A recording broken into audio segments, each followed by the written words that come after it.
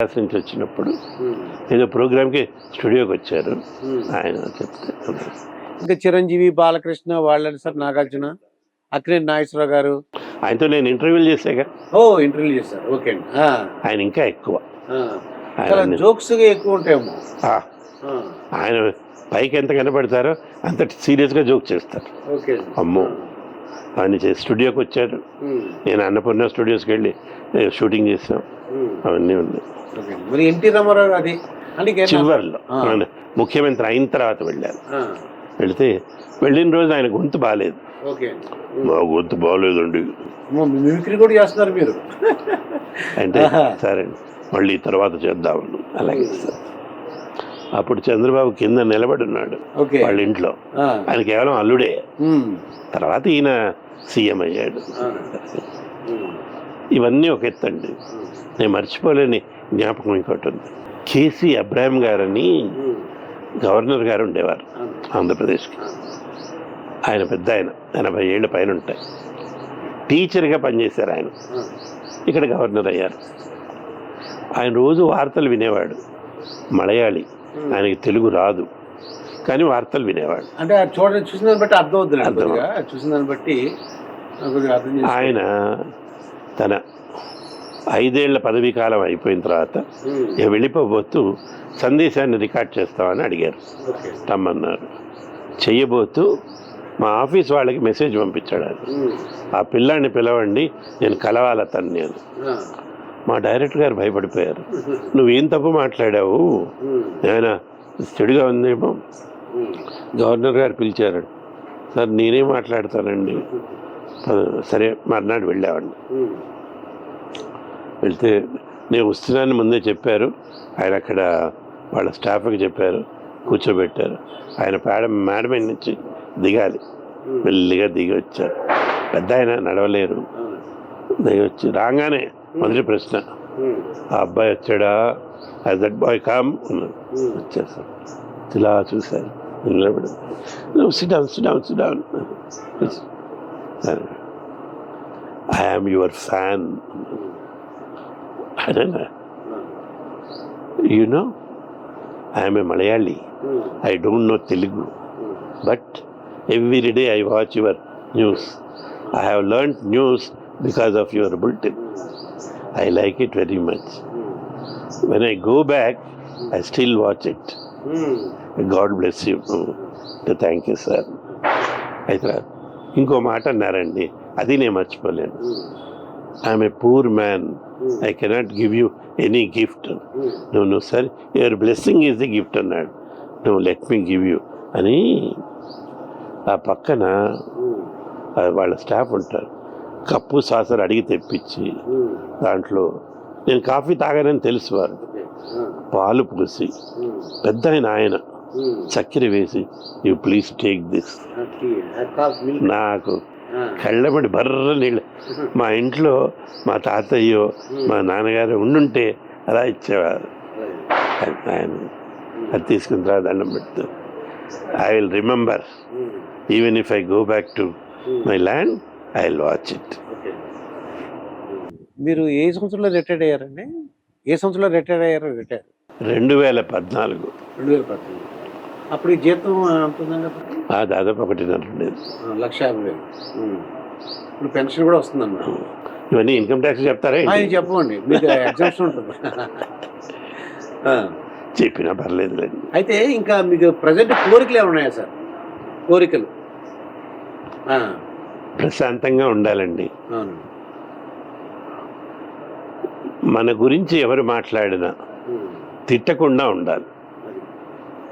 ఇప్పుడు మీరు ఎక్కడి నుంచో వచ్చారు, చేద్దామని వెతికి వచ్చారు. ఇంత ప్రేమను నేను కాదనలేను. ఇలాగే ఎక్కడో ఒక ప్రస్తావన వచ్చింది, మీరు వెనక్కి వెళ్ళిన తర్వాత ఏ రావులపాలెంలోనూ, రాజోల్లోనూ, అమలాపురంలోనూ, కాకినాడలోనూ కూర్చుని మాట్లాడుతున్నప్పుడు సాయంస్వరూప్ గురించి మీరు తిట్టకుండా 2 వాక్యాలు మాట్లాడు. లేదు వెళ్ళాను, ఆప్యాయంగా మాట్లాడారు. ఇంకొకసారి కలవాలి అనిపించే మనుషుల్లో ఆయన ఒకడు అంటే ఈ జన్మకి చాలు. ఎందుకంటే ఈ మాధ్యమం మొదటి నుంచి నన్ను పెంచింది, దాంతో కలిపి పెంచింది. ఇవాళ మారుతున్నాయి. ఇవాళ కూడా నేను పరిగెడతాను అంటాం న్యాయం కాదు. బట్ ఆ రోజుల్లో గుర్తు తెచ్చుకున్నప్పుడు సంతోషంగా ఉంది. ఇప్పుడున్న సోషల్ మీడియాని మీరు ఫాలో అవుతుంటారు, ఫేస్బుక్ అని, ఇన్స్టాగ్రామ్ చేస్తాను. నేనేం పార్టిసిపేట్ చేయను, పార్టిసిపేట్ చూస్తాను. అలాగే యూట్యూబ్ వీడియోస్ ఎవరు చూస్తారు? ఎందుకంటే కొంతమంది వాళ్ళు సొంతంగా చెప్తుంటారండి. నా అన్వేషణ అని ఒక అతను ఉన్నాడండి, అతను ప్రపంచ యాత్రికుడు అని తిరుగుతుంటాడు. చూసారా లేదా? ఒకటేదో చూసినట్టు. అలాగే బ్యాంకాక్ పిల్లలు ఉన్నాయి. అది సైలాస్ కిచెన్ అని ఉందండి, సైలాస్ కిచెన్ అని.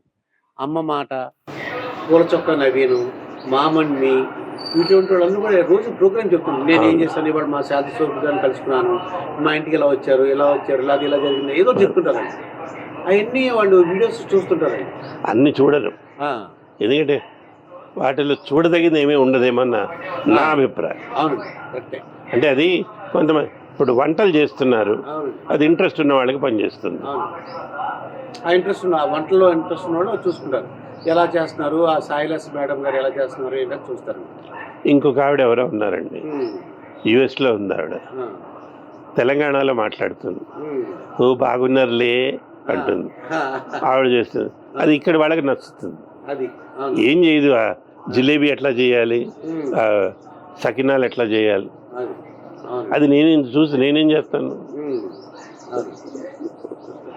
ఇప్పుడు మీరు ఈ న్యూస్ రీడింగ్ టైంలో, అంటే వృత్తిలో ఉన్నప్పుడు కొన్ని కార్యక్రమాలు ఉంటాయండి, అంటే ఫ్యామిలీ ఫ్రెండ్స్ ఫంక్షన్లు కానీ లేకపోతే చుట్టాలు కానీ ఏమన్నా జరిగినప్పుడు మీరు వెళ్ళటానికి కుదరదు, అబ్బాయి చీఫ్ మినిస్టర్ ప్రోగ్రామ్, అలా అటువంటి సందర్భాలు ఉన్నాయండి? చాలా, అంటే పోగొట్టుకునే ఉంటాయి, అదే వెళ్ళలేము.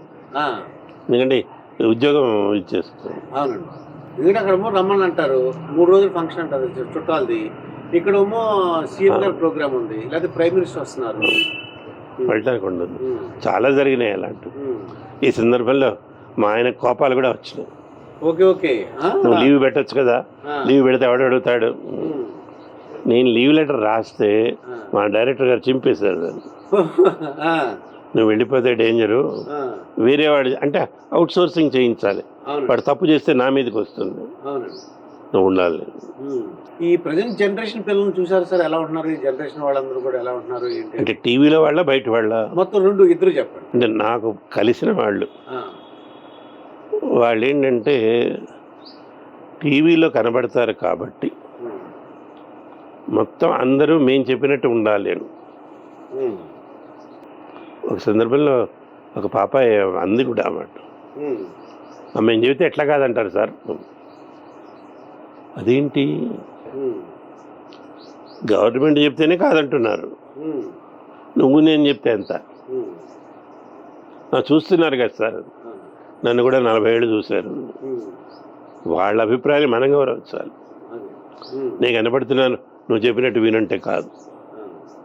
ఇప్పుడు బయట కూడా ఏమైందంటే పిల్లల్లో ఒక తిరుగుబాటు ధోరణి ఎక్కువైంది. తిరుగుబాటు ధోరణి.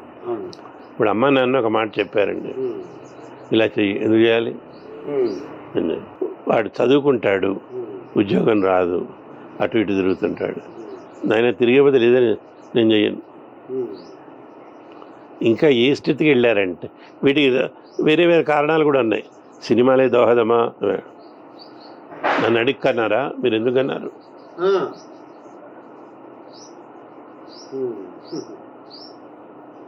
ఈ మాట రాముల వారు దశరథుని అడిగి ఉంటే ఆయన ఏం చేసేవాడు? అడుగు బొమ్మడు నేనేమో, నాయన నువ్వు వెళ్ళ, నువ్వు మాట ఇస్తే నేను ఎందుకు వెళ్తా? నువ్వు ఇచ్చింది ఎవరికి? నీ పెళ్ళానికి. నేను కొత్తగా పెళ్ళయి వచ్చా, నా పెళ్ళంతా నేను ఉంటాను అంటే ఏం చేసేవాడు? రామాయణం ఉండేది కాదు అది. అట్లా అంటే నేను అందరూ అనట్లేదు, ఆ ధోరణి అది. ఇంకోటి ఏంటంటే వివాహ బంధాలు కూడా మారిపోయినాయి, దాని నిర్వచనాలు అన్నీ కూడా మారిపోయాయి. అంటే వాళ్ళు రిలేషన్ అంటున్నారండి, సహజీవనం అంటున్నారు, అలాగా మారిపోయినాయి అనమాట. అంటే పూర్వం ఉన్న కాళ్ళకి ఇప్పటికి చాలా తేడా వచ్చేస్తుంది. బంధం మీద విలువ లేనప్పుడు దానికి ఏ పేరైనా పెట్టుకోవచ్చు. ఇప్పుడు ఆకలి వేసిందండి, ఆకలి వేసినప్పుడు తినటం అనేది అవసరం. నువ్వు ఇంట్లో తింటావా, హోటల్లో తింటావా, రోడ్డు మీద బండి దగ్గర తింటావా, అది నీ ఇష్టం, నీ సౌకర్యం. కానీ నీ ఆనవాయితీ ఏంటి? ఇంట్లో శుచిగా పరిశుభ్రంగా అమ్మ చేసినవి తినటం ఆనవాయితీ. ఇవేదో తినాలి, నేను రోడ్డు మీద తింటా, తిను, మీరు అన్నది అది. పెళ్ళేదిగా, పెళ్లి చేసుకుని ఏం చేస్తారు? నేను అదే చేస్తాను. అదే చెబుతున్నాయి, విలువకి తగిన విలువ ఇవ్వనప్పుడు. అయితే అందరూ అలా లేరు, కొంతమంది మారుతున్నారు, ఇవి అవుతాయి. కానీ ఒకటి ఆశ రావద్దు. ఏదైనా రానున్న రోజులు మరింత అందంగా, మరింత ఆరోగ్యకరంగా, మానవాళి మీద గౌరవం పెంచే విధంగా రూపుదిద్దుకుంటాయని నేను మనస్ఫూర్తిగా నమ్ముతున్నాను. దానికి ఈ మాధ్యమం, దీంట్లో ప్రసారమయ్యే కార్యక్రమాలు, ప్రసారం చేసే కళాకారుల జీవితాలు పరిపూర్ణంగా ఉపయోగపడతాయని ఆశిస్తున్నాను. ఎందుకంటే ఇందులో కనపడ్డ వారిని వాళ్ళు ఆదర్శంగా తీసుకుంటారు. తీసుకున్నప్పుడు ఆదర్శంగా బతకాలి. బతికితే అది ఇద్దరికీ ఉపయోగం. అదే ప్రజలతో టచ్ ఉన్నవాళ్ళు. ఇక ఆంధ్ర పాలిటిక్స్ చూస్తుంటారు, పేపర్ చూస్తారు, న్యూస్ కూడా చూస్తారేమో. ఎందుకంటే మీరు 40 సంవత్సరాలు ఉన్నప్పుడు అది ఆ వ్యసనం ఎక్కడ పోదండి. మీరు చదవకపోయినా తెలుసుకుంటారు. పవన్ కళ్యాణ్ ఒక అది పెట్టారని జనసేన, ఇక్కడ జగన్మోహన్ రెడ్డి, టీడీపీ ఇవాళ 10 ఏళ్ళ నుంచి పెట్టాడు. ఆయన చూస్తుంటారండి, వార్తలు చూస్తుంటారా? తెలుగుదేశం పార్టీను జనసేన కలిసినట్టు ఇవి ఇందాక మనం అనుకునేదేనండి. ఇవేంటంటే అవసరార్థం అన్నీ మారుతున్నాయి. అంటే పవన్ కళ్యాణ్ గురించి అని చెప్తారా అని. అందుకని వాళ్ళ గురించి నేనేమి వ్యాఖ్యానించనండి. వ్యాఖ్యానించండి, తెలిసిన విషయాలు, మీరు విన్న విషయాలు. అది వింటాం అంటే పత్రికలు, టీవీ, రేడియో, వీటి ద్వారా వింటాం. ఆయన తన ధోరణిలో ఏదో ప్రయత్నాలు చేస్తున్నారు. ప్రతి వాళ్ళు ఎవరు వస్తారా వాడుకుందామని చూస్తున్నారు. ఇవాళ కుర్చీలో కూర్చోబెట్టిన వాళ్ళు రేపు తలుపేస్తున్నారు. అదే నేను ఇందాక అన్నది ఏంటంటే, వీళ్ళు ఒకరోజు మాట్లాడింది మరో రోజు మాట్లాడరు, దాని అర్థం మారుతుంది, విలువ మారుతుంది.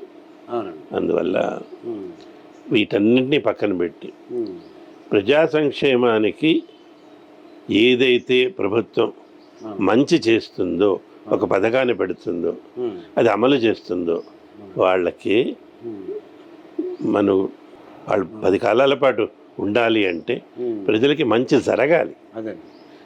మాటలతో కాదు, నేను ఈ పథకం పెడుతున్నాను, దీనివల్ల ఇదిగో ఇంతమందికి లాభం, ఆ లాభం చూపించాలి. నేను మీ జేబుల్లో ప్రతివాడి అకౌంట్లో ఒక్కొక్క ₹1 కోటి వేస్తాను అని వాళ్ళు చెప్పి